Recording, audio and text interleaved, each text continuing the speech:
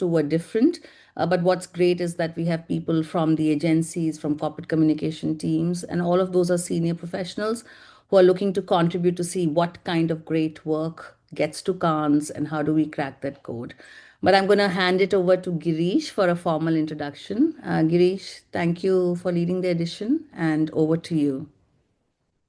Thank you, Deepthi. Hello, everybody, and welcome to the inaugural session of PRCI's 2026 edition of For the Win. Over these sessions, Cannes Lions winners and jury members will help us decode exactly what it takes to win at that global stage. And we're starting with a true authority. Please help me welcome Tom Beckman, Global Creative Director at Weber Shandwick, with multiple Cannes Lions to his name, including gold, and experience as a jury member. Tom has been at the forefront of award-winning campaigns for years. There's no one better to set up the stage for our series. Today, Tom will share his insights, followed by live Q&A. Tom, the virtual floor is yours. Thank you, and thank you for that kind introduction, and thanks for having me on this call. Again, I hope that I can share some insights and experience that might have some of value to you, but it's a moving target, and there's a lot of opinions floating around, as you are very well aware. So don't take my word for it. As always, try to make up your own mind, and I'll provide some perspective that I kind of picked up over the years. I've been very involved in tracking the evolution of our industry through Cannes Lions for about 20 years, and I've been on the jury multiple times. Last time I had the privilege to serve with Archana, and she invited me to be part of this. I also been a teacher at the academy and involved in different ways. But I think I want to make one point early on that is probably the most important point of the entire presentation, that it's never about the awards, it's about the cases. And that's the perspective that will get you to a professional way to, and kind of a grown-up way to relate to Cannes Lions and other award shows. Because Cannes Lions could be a very expensive vanity circus, or it could be a really important business tool, depending on how you use it. And the way that I've been, the way I've tried to develop our relationship to Cannes and the way that we use Cannes is basically based on 5 pillars. And the main reasons that we invest, our agency invests in creating case studies, documenting our best work into case studies, is because we've learned that that's the best way to attract talent.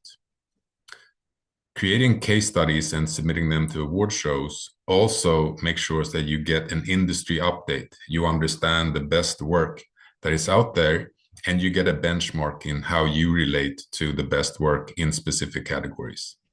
And it's important because when you go into any client meeting and you are about to advise a client on a matter, you should be aware of the best practices within that category, within that space. Otherwise, it's going to be really difficult for you to provide proper advice and counseling. So it's important to be up to date with the work. A third reason is that when you create case studies, especially for bigger agencies, you show your internal capabilities and your people internally, the way that you work and the types of assignments that you do for clients. So it's a very important tool to integrate internally your own service offering and make sure that all the client leads and all the senior people and also people working even with media relations or the day-to-day work with clients are aware of the best things that we've done in different disciplines, from public affairs to sustainability, corporate reputation, consumer, whatever that is. A fourth very important reason is that we use the case studies to win new business. We use them in pitches to show our capabilities, And we also use them in our existing client relationships to grow our engagement with that client. So it's those case studies that we have developed over the years are very important business tools. Then of course there's also the agency fame element to it, and making case studies and being successful in award shows sometimes help you retain your talent and build your reputation. But it's far beyond that. And I think having a more professional approach to these award shows will motivate why you should invest time and money and energy into creating cases. So to me, it's more important to every year I develop a number of case studies, and I track our own development compared to last year. How are we doing in healthcare? How are we doing within social? How are we doing within certain disciplines, and so on? So that will give us an idea where we need to invest, and where we should scale up or scale down. And then the award shows and sometimes picking up an award, that's just a bonus. If you look at Cannes, there's a good deal of things to learn from Cannes just by observing how the festival is designed. So if you look at the categories, every year they add categories to the festival, and sometimes they remove them. And this is typically a good indication on where the energy is and the gravity in the industry. So for the first 50 or so years, all the new channels that were added to the festival was about channels. So it started obviously with the conventional film, print, media, direct, those type of categories, and then outdoor design, PR. It was very channel orientated, and obviously this was the time in the industry when the client asked for an integrated campaign. What she meant was channel integration. And then something happened around 2010, with the introduction of PR, that the whole industry changed a bit, and we were suddenly looking at disciplines. So effectiveness, innovation, pharma, data, these are not channels, but the categories then added, from 2010 and, and in that decade was more about disciplines. And this also made sense because at this time, when a client was asking for an integrated campaign, what she typically meant was not channel integration, but stakeholder integration. So this was the years of purpose, as you remember, like how do we make sure that a piece of work is integrated in society, with our, experts groups or influencers or internal and external stakeholders. And then the last 5-7 years, we've seen a strong business focus in Cannes Lions. So most of the categories added since 2018 have had a business focus. And this represents a big shift in the festival from agencies to brands. And last year was the first year ever in Cannes where brands were actually the majority of the delegates. So if you go back 10 or so years, Cannes Lions was more or less just an agency affair. Now it's already brands, our clients, that are the majority. And the festival itself is changing accordingly. The reason behind this, don't quote me on this, is because Cannes Lions is a very commercial organization. They've just been sold off too. So the people who acquired Cannes Lions, they're doing due diligence, and they're looking at the numbers just like you would do in any type of acquisition situation, and they try to figure out how can we make more money. Well, it's clear that they're not going to make more money from agencies, so we're already paying a lot just to enter into the awards. Like, just as you may know, Cannes entries are very expensive, and they can't really push that much further. On the other hand, where the money also sits is with clients and with brands. And so that's why the industry is changing to kind of cater to that audience rather than agencies. If you look at some of the numbers from the festival this year, not only it's important to track the type of categories that they're adding or removing, but also how those categories are doing. So if you take the print category, for instance, 10 years ago, that was the biggest category in Cannes with about 4,000 entries into print. Last year, there were 700 entries into print. So that's just an indication that that discipline or that channel is dying. Big increase in entertainment lions. We're also seeing a big lift in entries from independent agencies, which is interesting in itself, giving all the mergers and acquisitions and things that we're seeing in our industry. Use of data is up. Business to business lines up.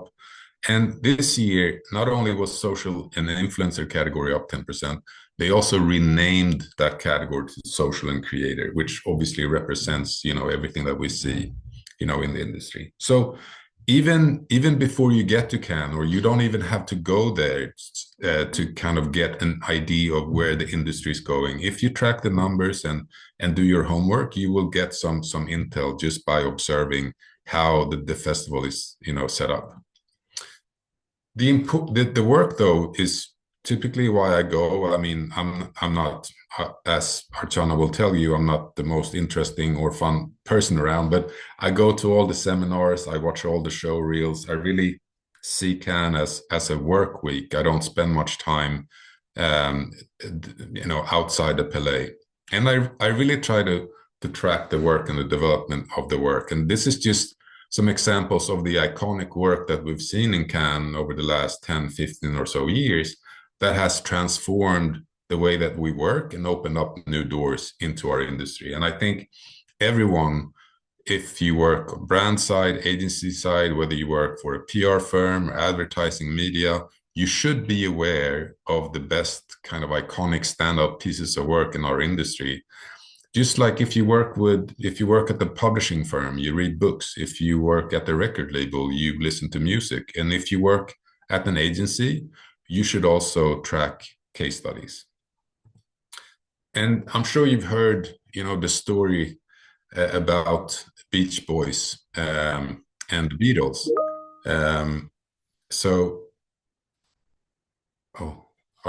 Everything okay? The Beach Boys, obviously in the 60s, was an American kind of boy band, if you will, and they were fairly successful and they were making happy-go-lucky, music. And then Beatles released Rubber Soul, which is the first conceptual pop album. And the brain behind Beach Boys, Brian Wilson, he almost went insane because when he heard Rubber Soul, he understood that everything that they have done, the Beach Boys have done up to that point, was rubbish. And he understood, like, okay, this is how pop music should be done. And so he went back to the lab and, he worked for years. He locked himself up. It almost broke up the band. And then after 5 or so years, Beach Boys released Pet Sounds, which is by Rolling Stone magazine considered the second best album of all time. And I think this is an important lesson here and this is why I go to Cannes every year still, is because I want to find my Rubber Soul. I want to find that piece of work that someone else did that made me understand that I can be better, that I need to revisit the way I work. I need to push myself further. So I don't go to Cannes to celebrate, and I don't go to Cannes even to feel good about myself, even when I'm proud about the work. I go to Cannes to feel bad about myself and be inspired by other people's work so I can push myself further and find my Rubber Soul so I also can make, an album like the Pet Sounds. So I brought with me today just a very simple way to evaluate work that could perhaps help you to understand like what type of work that you should submit to Cannes. And every brand or most brand will have their own way of evaluating ideas and work. This is a very simple model that anyone can use on the agency side. to track your evolution with the work. So first level evolution, that's when you make an idea that's innovative compared to what you've done previously for that client. So in other words, you're evolving the work that you're doing for that specific client. That should always be what you aim for. Every year you should do something more efficient or something better than you did previous year. That's just how all consulting works. And then next level is new ground. That's when you provide your clients with ideas that is innovative compared to what the client has done before, even with other agencies, right? So first level, you're improving your work. Second level, you're improving the client's work, and you are doing things, you're helping them do things that they haven't done before. Then you get to award-worthy work. That's when you provide your clients with ideas that is innovative compared to what's been previously done in the client's industry. So if you work for a car brand, you are providing them with programs and ideas and initiatives that is innovative compared to what's been done in the car category before. That's when the work becomes award-worthy, because awards are typically about creating benchmarks. It's pushing the limit in a certain category, in a certain discipline. That's why we have all these subcategories in the award shows, because we want to track what is the best use of a certain media, or what is the best practice within the car or automotive industry. And then there's another level, which is game-changing work. And that's when we're doing things that we haven't seen in our industry before, right? So that's new ground, not just in the client's category, but in our industry. And this is typically when you get to, the best work, best in show, or the Titanium Grand Prix is typically, opening up new doors for the entire industry. And then very seldom you see revolutionary work. That is when ideas come from our industry that is opening up to new doors for all industries, not just marketing, but could really change other industries as well. So this is a very simple way to evaluate the work. You always want to get to A, rarely, sometimes you get to B. And every year, on one or two occasions, if you work hard and you're lucky and you have a strong relationship with the client, you get to C. And then the D and the E happens very rarely. I remember I introduced this scale to my American bosses, and they hated it because, as you know, Americans, they want everything to be successful, and whatever you do, they want it to be good, and and everyone should celebrate. So the Americans felt that this scorecard was too harsh, too hard, too dark. But I still think it's a good for us non-Americans to be candid about what we do and how we evaluate the work. I just want to give you kind of an update on the earned space and what the development that we've seen within PR in recent years. And if you remember, Cannes Lions introduced the PR category in 2009. And around the time in the industry, earned was really the biggest buzzword, and everyone was talking about it. And you remember the clients started talking about paid, earned, and owned channels. And it was really a turning point in the way that we implemented work. At the time, though, and if you remember, when clients said earned, what they actually meant was to PR the advertising. So they engaged people like us to put a spin on the advertising campaigns that was already produced and paid for. So that was early days. Now that concept has completely done in 180. And when CMOs today say that they need earned ideas, what they actually mean is to advertise the PR. So most big clients now are looking for PR type ideas or earned ideas, ideas that live in culture, that they then amplify with paid support. And they put paid social typically behind PR ideas. So that's why, yet again, it's a great opportunity for our industry to be part of solving our clients' problems.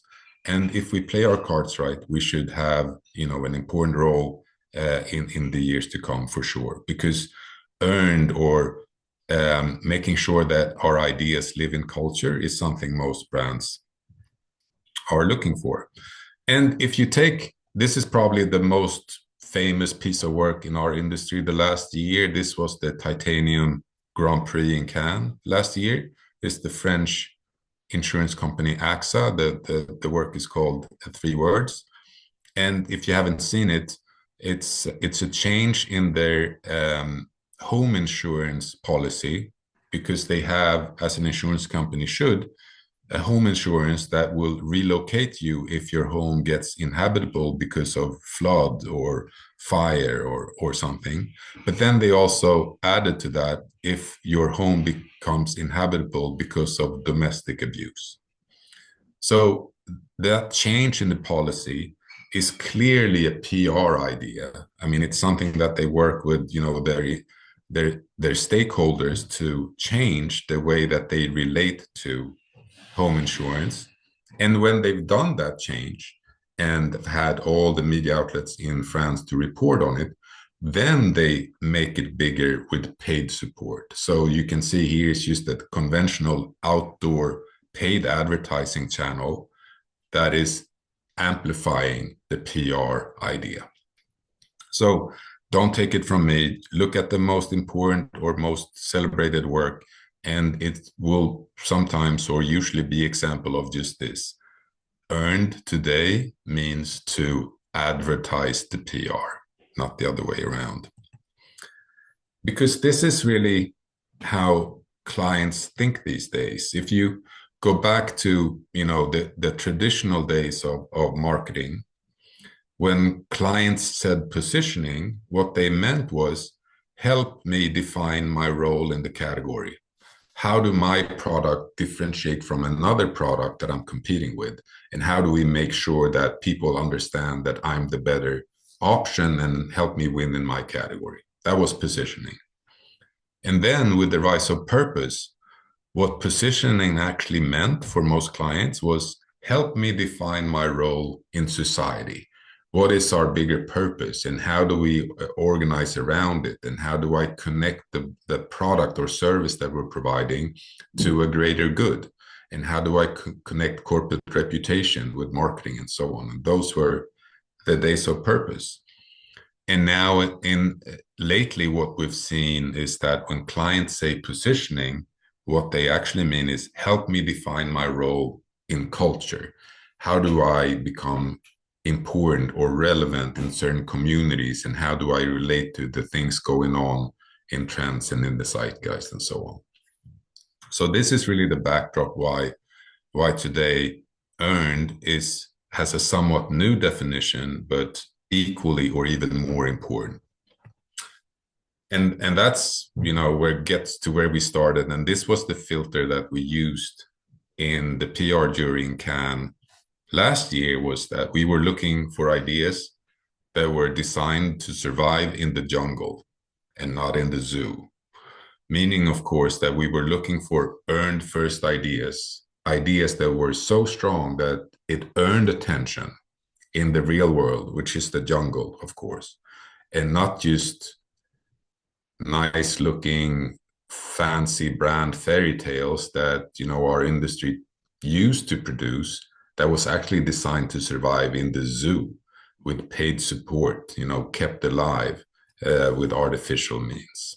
So I think that's also a good reminder, what we should try to aim to do.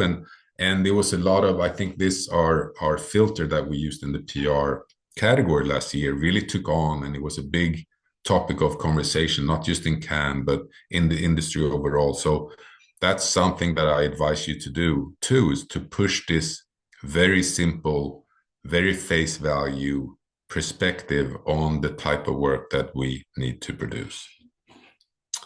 So with that, I brought one piece of work that I wanted to share, one example that I've done myself. That was the year before. It picked up a few Lions in Cannes. It also won a Grand Prix in Eurobest and a Grand Prix in the Drum. It's a piece of work for Sweden as the destination brand. It's the client is Visit Sweden. And what we did, we tried to find a way for Sweden to compete with the other Nordic countries in a contextually relevant ways, in a newsworthy way. And as you may know, Sweden has a problem, and it's that Sweden is kind of ugly. If you compare to Norway, for instance, Norway is very beautiful and they have the ocean and the fjords and the mountains and everything. Sweden usually have just forest, pine forest. That's what we have. So it's not necessarily a beautiful place. So what we had to do in order to get people to be interested in Sweden, we had to add a layer of culture to the nature. And we did that in a way that tapped into the zeitgeist. And so here's the work, and then I'll go through some of the learnings.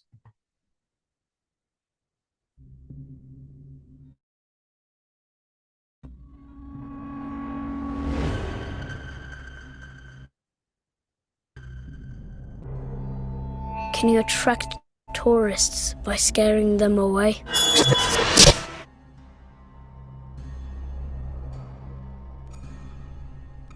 In a time of mysticism, occultism, and dark tourism, Sweden capitalized on an unseen asset, the mythological creatures inhabiting our woods. We partnered with international horror writer John Ajvide Lindqvist and created a haunting audio experience based on Swedish folklore. My name is Sam. We geolocked the audio to the forests of Sweden, luring people deeper and deeper into the unknown. The trees themselves appear to bend and tremble before the... Du schlingst dir die Arme schützend den Körper. Être le dos d'un animal à la fourrure dressée. We dared journalists to come and experience it.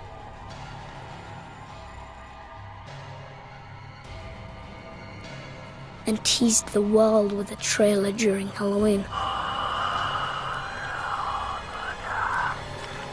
Instead of hijacking social feeds with beautiful views, we captured imaginations with soul-stirring sounds.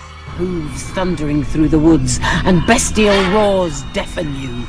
The audio experience was enriched by local horror stories and mystical sites all over the country, bewitching media and visitors around the world, and becoming an unexpected benchmark for tourism. For years, Swedish folklore has been adopted by the entertainment industry. This year, we stole it back. Now, you must come here to experience it.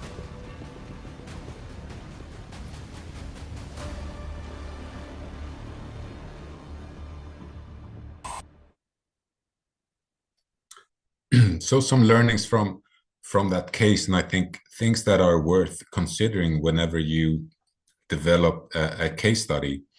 One thing is you want to make sure that you tap into the zeitgeist. And in this case, as you may know, in recent years, it's been, these trends of tarot cards and witches and, and occultism and even dark tourism where people now go to places like Chernobyl and other places to experience an environment where something terrible has happened.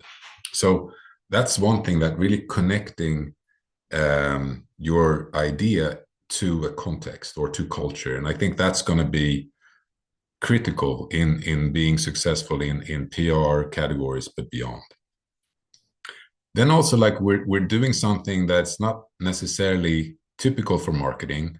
It's something really scary. We made basically a horror film, and the idea of attracting tourists by scaring them away, it's a new twist in marketing, and it's something that the industry hasn't really seen before. So again, if you remember that scorecard, that's kind of playing into that space where you're doing something new and you're helping people in our industry to think in new ways. Then we used like with audio locked, the geo locked audio on Spotify. It's a very simple tech solution, but yet a bit unexpected to have, you know, this horror story locked, geo locked to the forest of Sweden. I already mentioned that in order for Sweden to be interesting and differentiated compared to Iceland and Finland and Norway, we added a layer of culture to nature to make it more intriguing. And also in a time where, you know, a lot of people are interested in pagan culture and mythical creatures, Sweden has a very rich tradition of those creatures, and it was a way to capitalize on that. Also, when in this industry, travel industry and tourist attraction, everything is about sightseeing. Everything is about beautiful images and happy people. And this was not sightseeing, but rather audio. It was a very audio. It was basically an audiobook. So that was also a new way to operate in this specific category.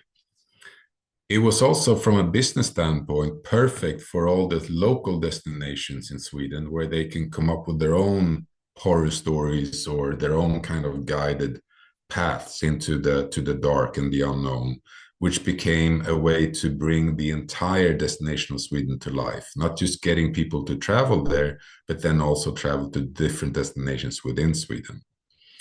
And then, of course, a typical, you know, PR method is to partner with a known author, and Sweden has this known horror author called John Ajvide Lindqvist, who wrote Let the Right One Come In, for instance, which is a famous new vampire story. So then we could also use that author in a way to promote the program. So these are some insights, you know, from behind the scenes, from making, you know, an award-winning case study, and hopefully, you know, something that sparks some interest or new thoughts with you. But I'm more than happy to answer any questions that you may have. And also, I'm a skinny guy, but I have very thick skin. So please don't hold back. You can be as candid as you want with your thoughts and questions.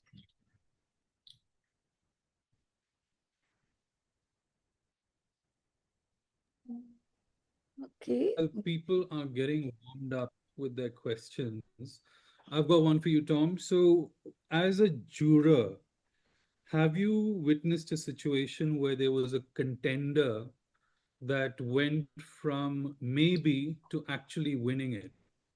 And what sort of got the room to say yes?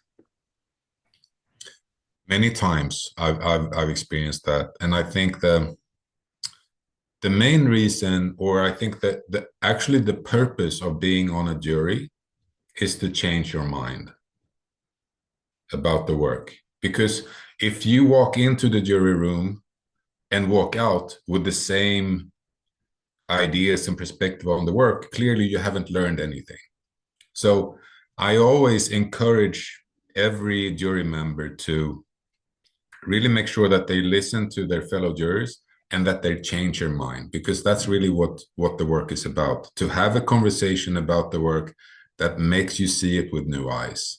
So on many occasions, and I really encourage that the discussion in the jury room really change the way that we look at the work, you know, from something that maybe wasn't even a short list to something that even was rewarded a gold.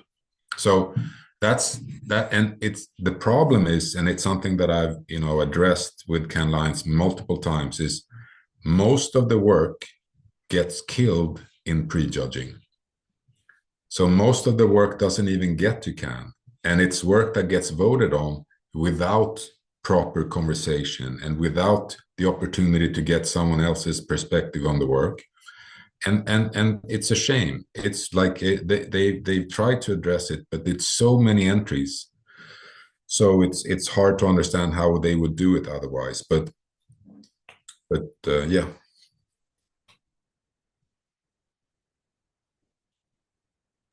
Okay, people, feel free to just raise your hand and ask a question.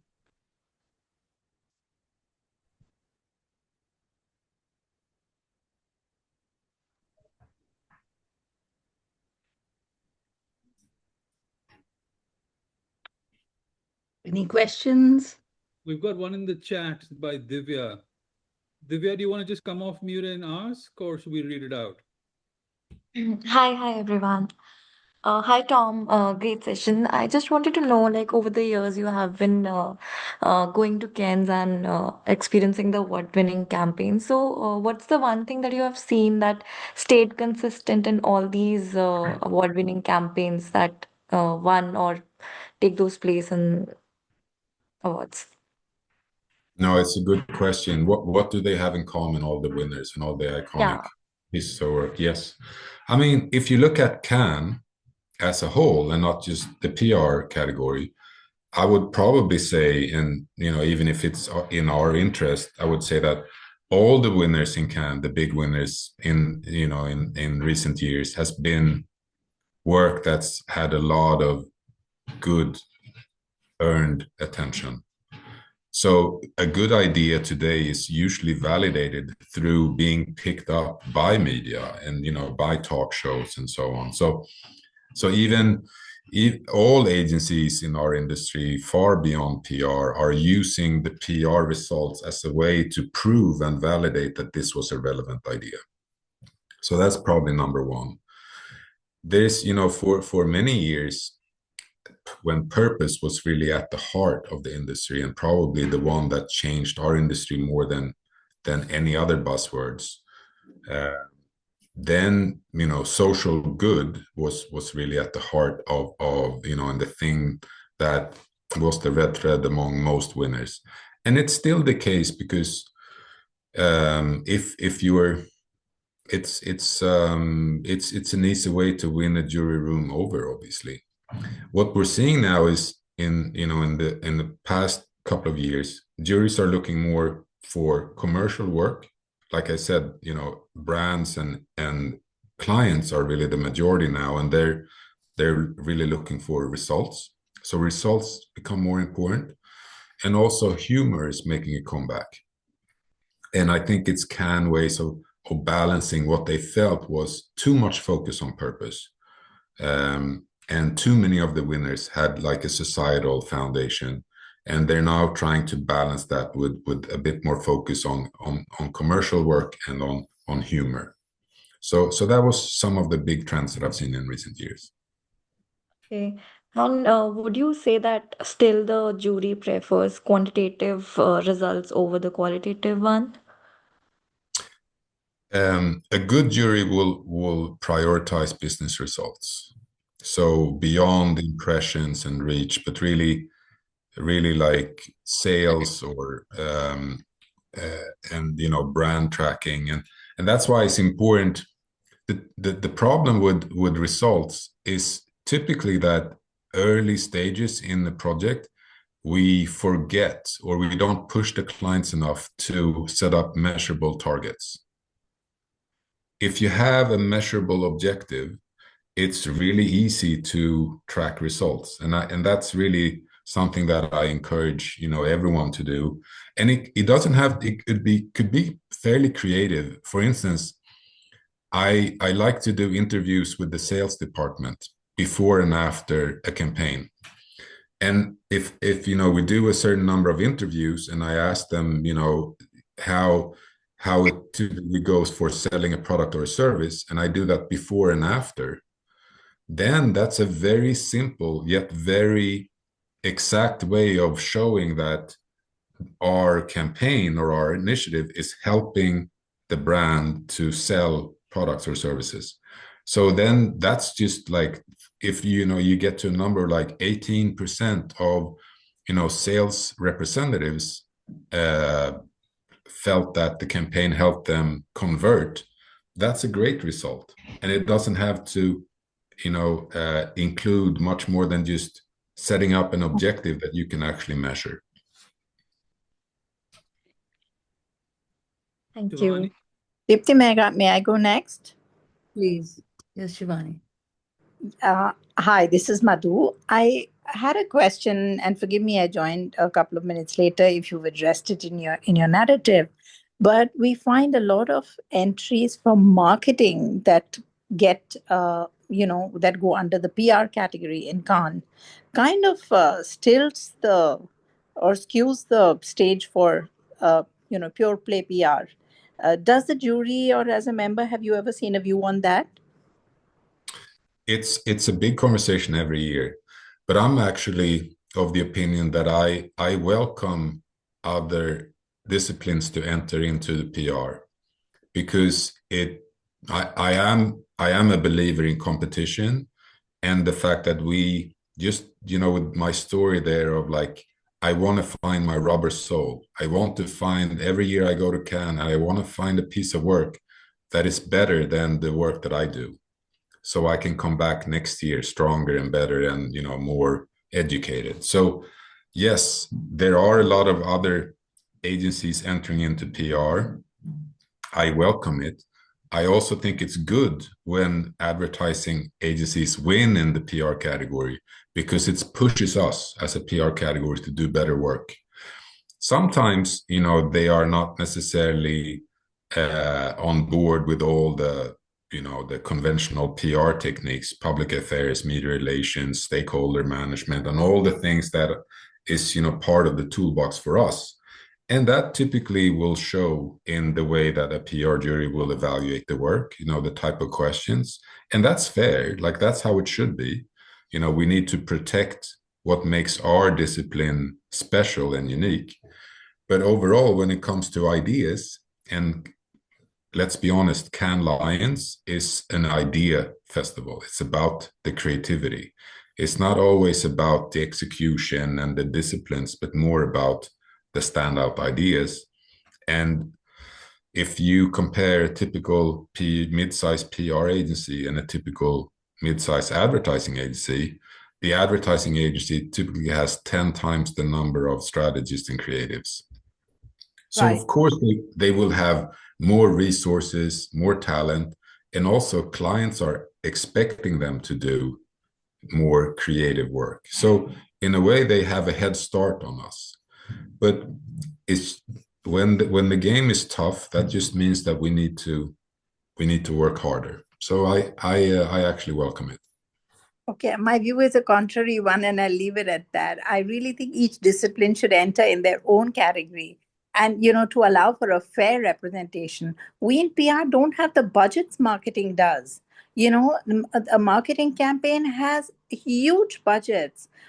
We're very talented people in my peer community, and I do believe that if their clients or their companies were to give them that kind of budget, the same idea would see a different shape and size and impact. I hear your point, but my perspective is award shows is not about agencies. Award shows should always be about the work and what's best for our clients. And what's best for our clients is that all industries, all agencies, all disciplines learn from each other and become better, so that we can do even better work for our clients. So yes, I agree. It's a price that we pay for having smaller budgets. On the other hand, just like they say that hunger is the best seasoning, a small budget is typically a good start for a creative work, because if you don't have money, you have to be creative. And that's why we see so much amazing work coming from smaller markets, like New Zealand or Romania or Argentina, which, they don't have any budgets at all. And if you look at the size of the market compared to the number of awards that they're winning, the US, even if they win a lot of awards, it's not a creative nation. And the thing that destroys creativity in the US is money. Yes, I'm sure you have a point there, but we'll leave it at that. Thank you for that very candid answer. Yeah. Thanks. So we'll go with Aditya next. and then Smriti. Hello, Tom. Firstly, I'd like to really appreciate the thought behind Visit Sweden campaign because conventionally, if you go to think about it, then you would say that okay, Sweden is one of the best, one of the countries that has the best work-life balance. But you took it from a very different perspective, which is great. And now my question to you is there a piece of work you still think deserved more recognition that it received? And what do you think the jury missed over there? Um, there's a lot every year. There's a lot of work that I love for different reasons that sometimes doesn't even shortlist. And I said one of the problems is a lot of good work actually get killed in prejudging when people sit at home and they judge online without proper conversation and guidance, and they miss a lot of the nuances. And I think just if you work as in architecture, typically what happens is like anyone can appreciate a good looking building or an interesting building. But after each year you work as an architect, you start to refine the way that you look at buildings and architecture and design. And you get to a point where you will really appreciate high quality architecture that maybe if you're not in the field, you are not aware of the nuances and the details and and all. So sometimes I feel that I have the curse of knowledge, that I've watched too much case studies, so I get too much into the details on how things are done. And most people, especially consumers and citizens, they are not experts in marketing. They just love simple, funny stuff. And so in a way, what gets awarded is not always what consumers like, or what they think is good marketing. It's what experts think is good marketing. So sometimes there's a disconnect there. But I would argue that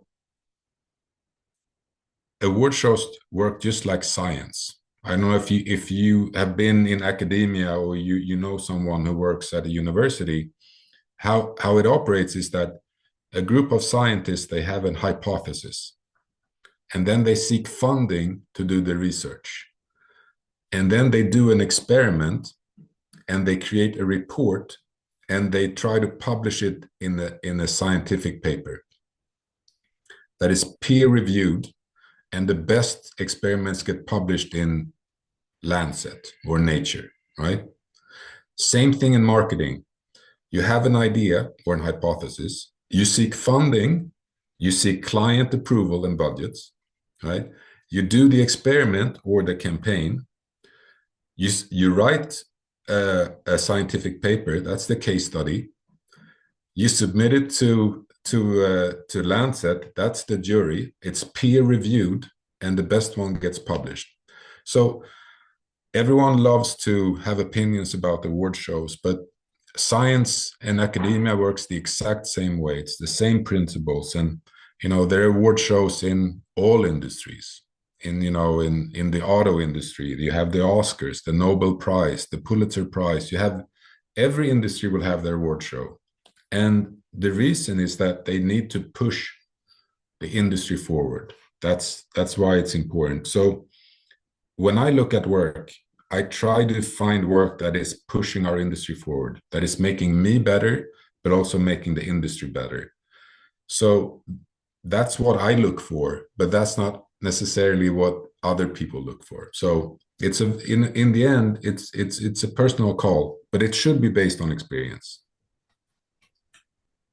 I just have, thank you so much for that answer. I just have one more question. I've seen that you've dabbled with different professions in the past, from journalism to publishing to designing jewelry, to bartending as well. What has been that one learning for you that has kept you constantly going and evolving to a point where now you're the global CCO?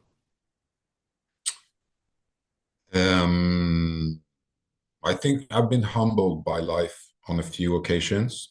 When you understand that you are insignificant, or you understand that you are not in control, or you understand that the world is a tough place, or you're probably not gonna get a chance. And like every time when you are exposed to a situation that kind of grounds you and makes you understand that it's probably not going to be that easy.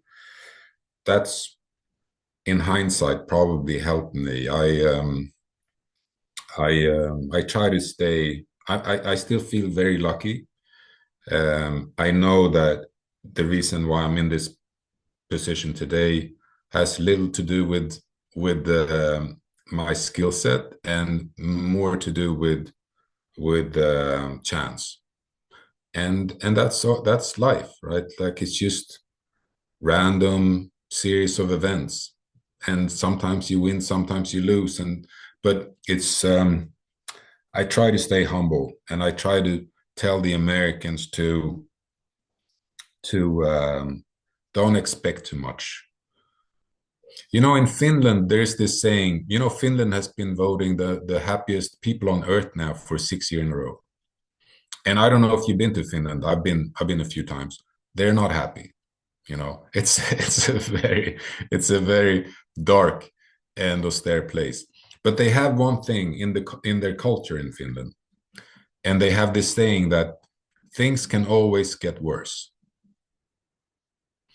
And on the surface, it comes across as a very dark saying, but it's actually a very appreciative saying. It's saying, like, I should appreciate what I have right now, and I should be aware of what I have right now, or what life looks like right now, because anything can be worse at any point.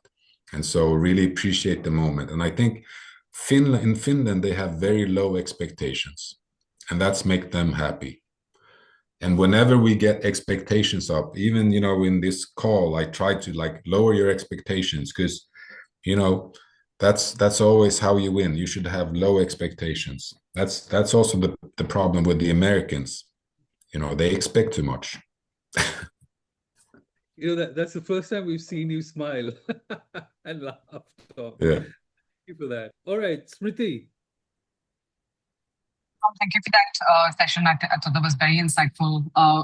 Just out of curiosity, cultural impact is something that's very, very difficult to measure. It's very difficult to put a number on it, right? But I'm just very curious to understand if you've seen any brands or agencies that have gotten very creative with that metric, and what really sort of stood out for you, because it is very I would imagine it's very difficult, right? Because it can affect a behavior, and the behavior could be change. It could be purchasing behavior. It could be any of that.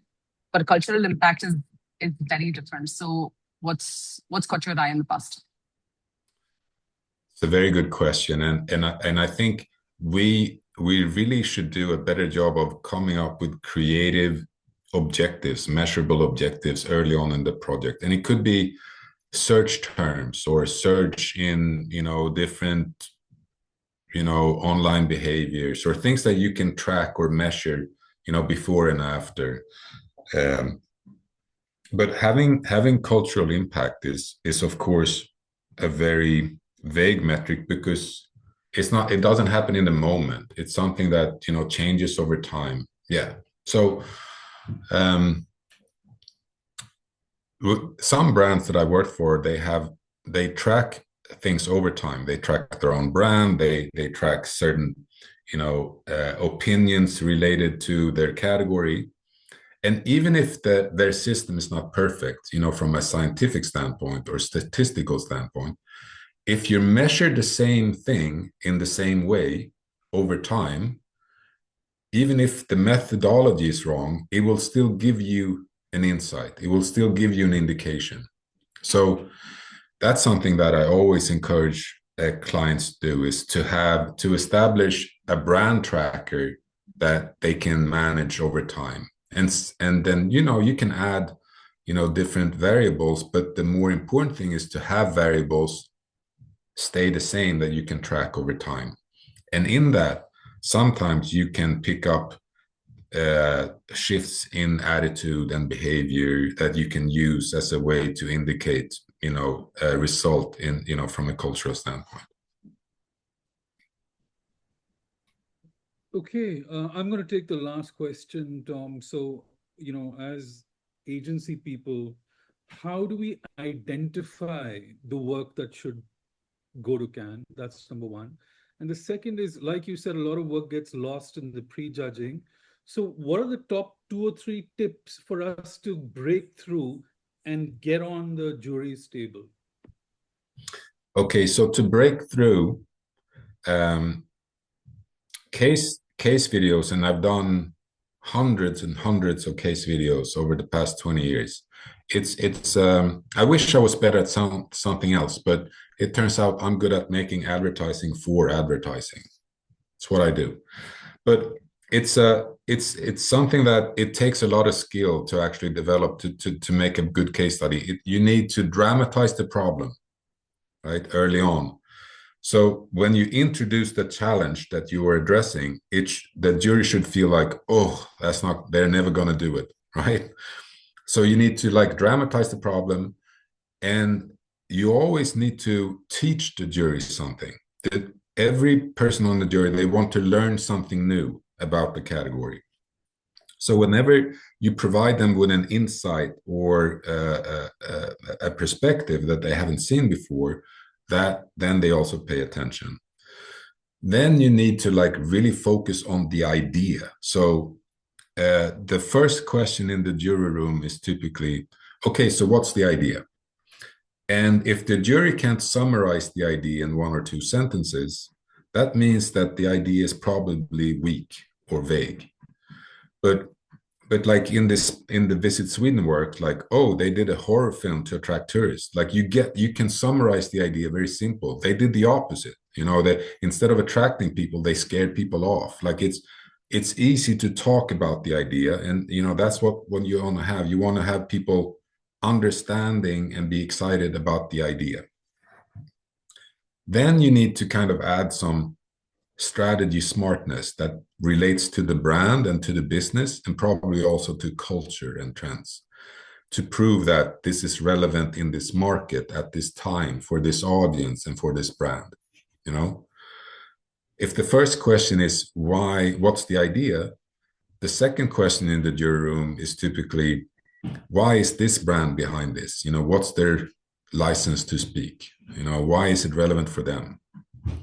The third question is typically, why is this relevant now? Why is this interesting now? Why should journalists write about this thing now? So the reason to speak and the reason to believe, and really being able to summarize the idea and to dramatize the problem. That's four elements. Sorry, I just saw my new meeting is starting. I have to jump. But I appreciate your time and the invitation, and hopefully we'll speak again soon. I'm on the internet, so you can just reach out. Thank you so much, Tom.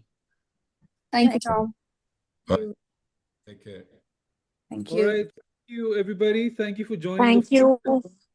Yeah, we meet again on Jan 21st, Next same one's time. 21st Jan. Thank you.